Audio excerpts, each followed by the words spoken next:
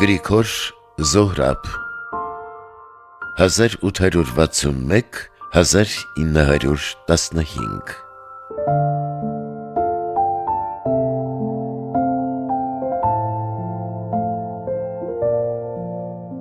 Ալբերտ Շարուրյանը Գրիգոր Զոհրաբի մասին հեղինակ է հանդիսանում մի շարք գրքերի ու աշխատությունների և դժվար է անգամ երևակայել այն մեծածավալ ավանդը, որը նա մատուցեց զոհրաբագիտությանը, ընդ որում այս առաքելությունն իրականացնելիս նա բախվում էր նաև տվյալ ժամանակներին բնորոշ խոչընդոտների։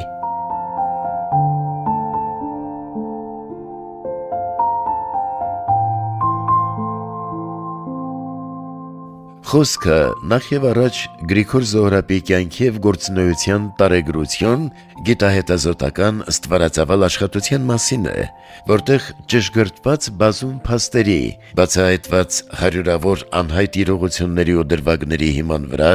ժամանակագրական խիստ համակարգով, տարի առ տարի, ամսե ամիս, հաճախ նաև օրը օրին ու ժամը ժամին վավերականորեն ցուցադրվում է բովանդակ կյանքը մի անձնավորության, որ եզակի էր բացառիկներուն մեջ և եզակի մնաց մինչև վերջ։ Գիրքը ստեղծվեց հեղինակի ահռելի աշխատանքի արդյունքում և տպագրվեց մեծ դժվարությամբ։ Լսենք այս պատմության անմիջական ականատեսին, հեղինակի որդուն։ Հայրս վաղուց էր աշխատում այդ գործի վրա, դեռ 90-ականների սկզբներից։ Սովորաբար նա չէր սիրում տանախոսել իր գործերից, բայց առիթից առիթ կարծես իր պարտքն էր համարում մի քանի նախադասությամբ մեզ տեղեկացնել, թե ինչով է զբաղված, թե ինչու է նա դեռ լույսը չբացված իր ծանր գրամեքենան տանում պատշգամբ, որպեսզի դրա չխչխկոցը չխանգարի մեր քունը։ Երբեմն էլ դիմում էր ինձ, որպեսզի էլեկտրոնային փոստով իր անունից կապվեմ Սփյուռքի հայկական հաստատություններին։ Մենք իհարկե չէինք հարցնում, թե ինչու է նա զբաղվում մի գործով, որից եկամուտ չէր ակնկալվում։ Գիտեինք նրան, գիտեինք, որ այդ ամենն անում է պարտքի զգացողության և խղճի պարտադրմամբ, անում էր, որպեսզի իր ազգի իրական հարստությունը չկորչեր, ներկայանար սերունդներին։ Աշխատում էր որքան հնարավոր է շատ, և որքան տարիքն առաջանում էր, այնքան ավելի էր շտապում իր գործերում, ինչպես հեծանվորդն է արագացնում իր ընթացքը վազքողու վերջնագծին։ Նա այդ ամենն անում էր թերևս գիտակցելով, որ նրանից հետո այլևս ոչ ոք չի զբաղվելու անեկամտաբեր այդ գործով, չէ՞ որ ժամանակներն արդեն փոխվել են։ Հայրս գիրքն արդեն ավարտել էր, սակայն նույնիսկ առանց հոնորարի նա չէր կարողանում տպագրել այն։ Հայաստանի պատկան հաստատություններն ունեին ֆինանսական դժվարություններ, կամ էլ գուցե այլ պատճառներ։ Զոհրաբի դստեր թողած ժառանգությամբ Ամերիկայի Միացյալ Նահանգներում ստեղծված հիմնադրամի պաշտոնյաներից նույնպես մերժում էր ստացվել։ 1994 թվականի ձմռանը Միացյալ Նահանգներում իր դստեր տանը հյուրընկալվելիս և այցելելով տեղի հայկական եկեղեցին, հայրս զրույցի է բռնվում եկեղեցու հոգևոր սպասավորի հետ, ով լավ ճանաչելով Գարեգին II մեծի տանն Կիլիկիո կաթողիկոսին, հորդորում է հորս գրքի տպագրության հարցով անպայման դիմել նրան։ Լսահոգի Գարեգին Վեհափարը, այդ բացառիկ անձնավորությունը, ով գրքերին ձնված գիրք էր գրել, ով ամեն տարի կազմակերպում էր հայ գրքին նվիրված հանդիսավոր ցուցահանդեսներ, ով հայոց լեզուն անձամբ էր հարստացրել նորաստեղծ հարյուրավոր բառերով, անմիջապես է պատրաստակամորեն արձագանքում հորս նամակին։ Նրա ուղարկած և օրհնության խոսքերով մաքագրված գրքերն այժմ էլ խնամքով պահվում են մեր տանը հորս աշխատությունների կողքին։ Վեհափարը լավատեղյակ էր նրա գրական գործունեությանը։ Կանադայից նա հորս հրավիրում է անձամբ ծանոթանալու և զրուցելու գրական ծրագրերի շուրջ, որը մորս առողջական խնդիրների պատճառով տեղի չի ունենում։ շատ չանցած վեհապարն ընտրվում է ամենայն հայոց կաթողիկոս։ Ես ներկա էի նրանց առաջին հանդիպմանը Սուրբ Սարգիս եկեղեցու առաջնորդարանում, երբ հայրս ներկայացավ, վեհապարը ի զարմանս ներկաների մեկնեց ձեռքերը և նրանք գրկախառնվեցին, ասես վաղուցվա մտերիմ ընկերներ էին։ Հետո նրանք երբեմն հանդիպում էին, քննարկում գրական հարցեր, և գիրքն էլ իհարկե կարճ ժամանակ անց լույս տեսավ, ի դեպ միևնույն հիմնադրամի մեկենասությամբ։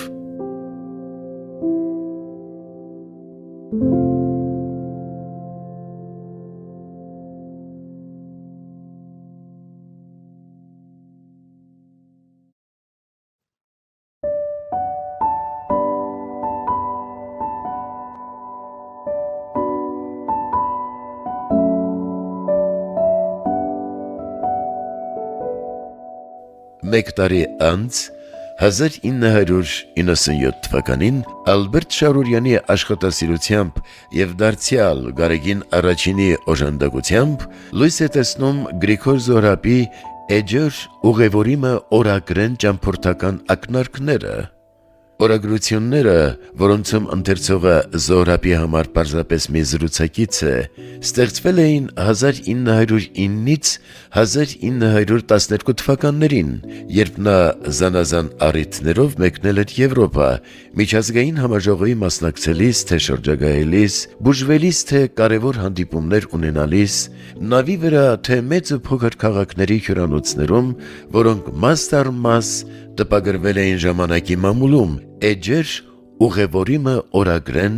ընդհանուր խորագրով։ Ձերբակալումից մի քանի օր առաջ, հանդիպելով վաղեմի բարեկամին, Զոհրաբը ցանկություն էր հայտնել մամուլում սփռված երկերից ամենեն առաջ հատուկ հատորով հրապարակել «Էջեր ուղևորիմը» օրագրեն վերնագրով գրածներս և ասել. «Հոն դրած եմ կյանքի բոլոր իմաստասիրությունս»։ Գրողի եղերական մահից հետո քանիցս փորձեր էին արվել տպագրել նրա ուղեգրությունները, որոնք սակայն եղել էին ոչ ամբողջական, թերի և կրճատումներով։ Զոհրաբի ցանկությունը կյանքի կոչվեց հանձինս տվյալ հրատարակության, որտեղ ամփոփվում են ուղեգրության բոլոր ակնարկները, որի բնագրերից դուրս չի թողնվել և ոչ մի բառ, ուր արտացոլված են Զոհրաբի մտցրած բոլոր շտկումներն ու փոփոխությունները, և բնագրերն էլ օժտվել են հնգամանալի ծանոթագրություններով։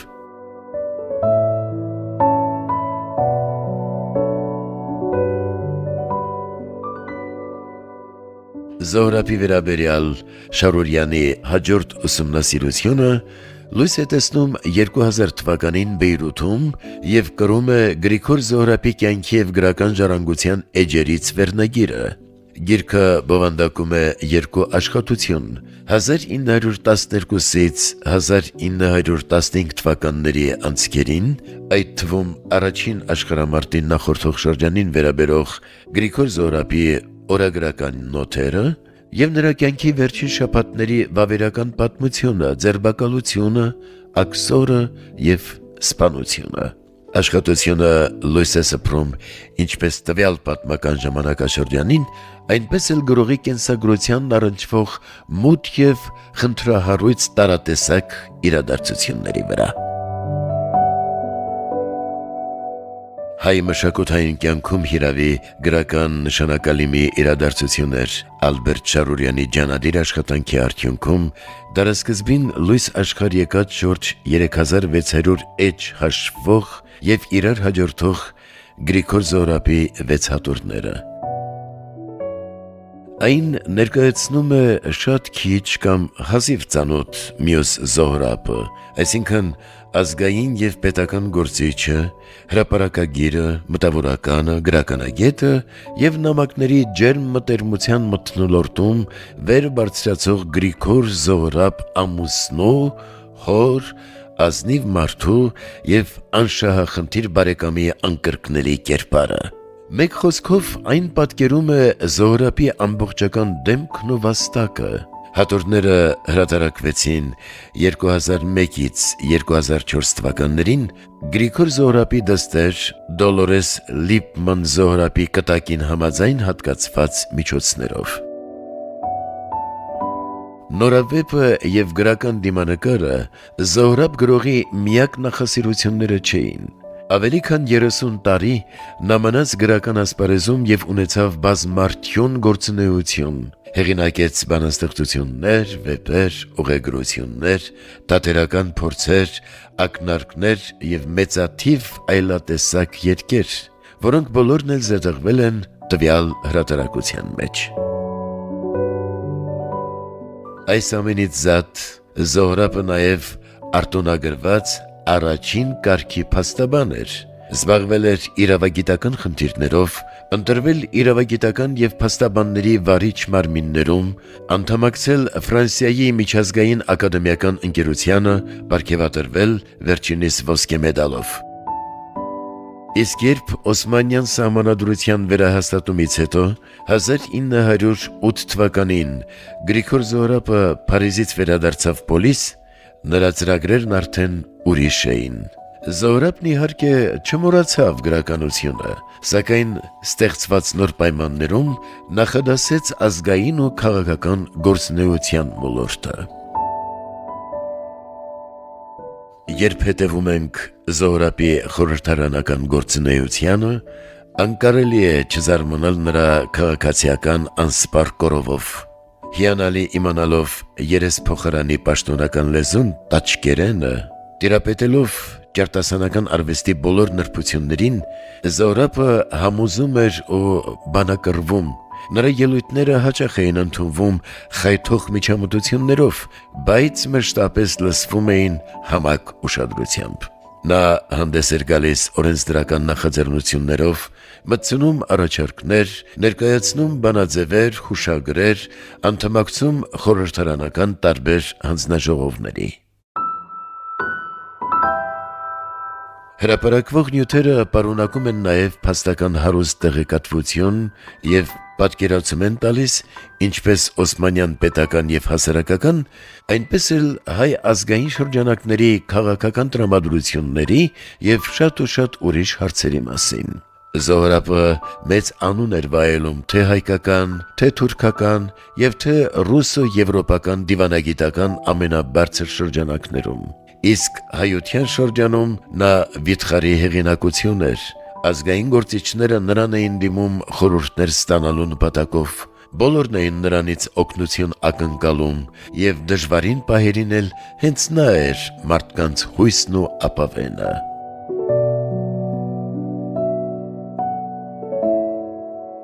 Ժողովածուում խմբված նամակները Երևան են բերում Զոհրաբի գործունեության բազմաթիվ անծանոթ էջեր, ճշգրտում կենսագրական տասնյակ ու տասնյակ փաստեր, որոնք բոլորն էլ տարիների ընթացքում Շարուրյանը ձեռք է բերել ժամանակի պարբերականներից, ետմահու հրատարակություններից ու արխիվային ֆոնդերից։ Տպագրվող նամակներից առաջինը գրված է 1884-ի դեկտեմբերին Ղալաթիայից, վերջինը սպանությունից 4 օր առաջ 1915-ի հուլիսին Հալեպից։ 2 տարեթվերի միջև ընկած է Զոհրաբի կյանքի ամենաեռուն շրջանը՝ վերելքներով ու վայրեջքներով։ Հանրային ու խմբագրական արդյունավոր գործունեություն, փաստաբանական փայլուն դիրք և քաղաքական աղմկալի դատապաշտպանություններ, հալածանքներ, ստիպողական մեկնում արտասահման, փոթորկալի առճակատումներ Օսմանյան խորհրդարանում և ազգային ժողովում, գիտական, գրական և դասախոսական զբաղումներ,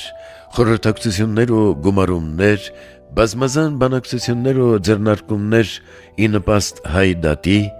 ձերբակալություն ու աքսոր։ Ժողովածուում ամփոփվում են Զոհրաբի նորավեպերը, Գրական դիմանկարները, բանաստեղծությունները, վեպերը, ուղեգրությունները, փոքրածավալ երգերը,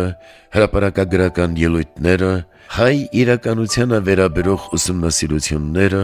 նրա նամակները, ընծայագրերը եւ օրագրությունները,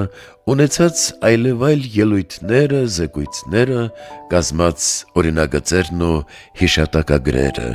Հատորներում գրողի նորավեպերը ներկայացված են ըստ ճշգրտված բնագրերի։ Մի շարք գործեր եւ զգալի ծավալի նյութեր գրողի ժողովածուներում զետեղվում են առաջին անգամ։ Նամակների ստվարագույն մասը,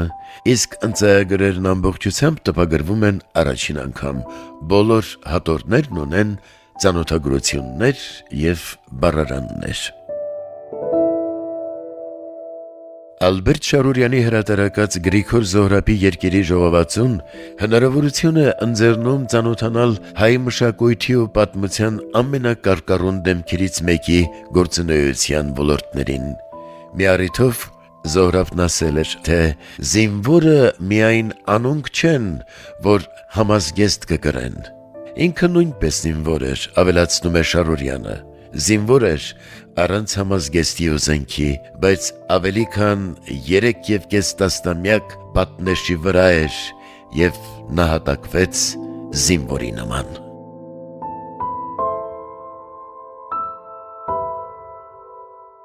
Մեջբերենք նաև Ալբերտ Շարուրյանի այն խոսքերը, որոնցով նա եզրափակում է 6 հատորյա ժողովածուն։ Սույնով ավարտվում է Զոհրաբի երկերի հրատարակությունը, որը մենք ձեռնարկել ենք ավելի քան 30 տարի առաջ։ Ուզում ենք հավաստել, որ այդ գործը արել ենք անձանձիր, սիրով, եւ թող անհամեստ չհնչի նվիրումով, քանզի այն համոզմանն ենք եղել եւ ենք, որ մեր մեծերի, առավել ևս անգերեզման նահատակների լավագույն հուշարձանը նրանց ժառանգության լիակատար ու գիտական հրատարակությունն է։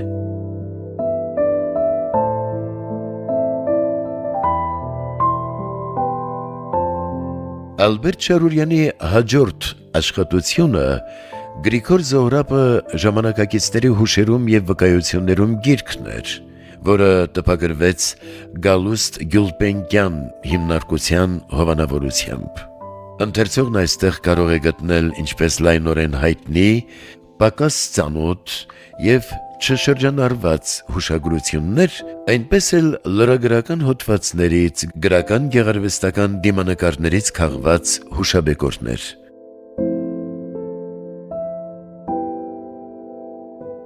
Ժողովածուում ամփոփված նյութերը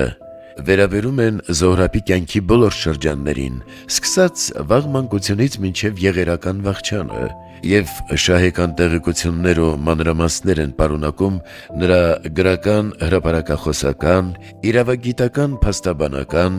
ազգային քաղաքական գործունեության ոլորտների, անհատական մարդկային նկարագրի, հակումների ու նախասիրությունների մասին։ Հեղինակը նպատակահարմար է գտել նյութերը բաժանել երկու խմբի՝ կենդանության օրոք հրատարակված կամ գրի առնված եւ մահից հետո գրված տպագիր ու անտիպ հուշերի։ Զոհրաբի կնոջ ու դստեր վկայությունները զետեղվել են աշխատության երկրորդ բաժնի սկզբում։ Գիրքը լույս է տեսնում 2006 թվականին, որը Ալբերտ Շարուրյանի վերջին աշխատությունն էր։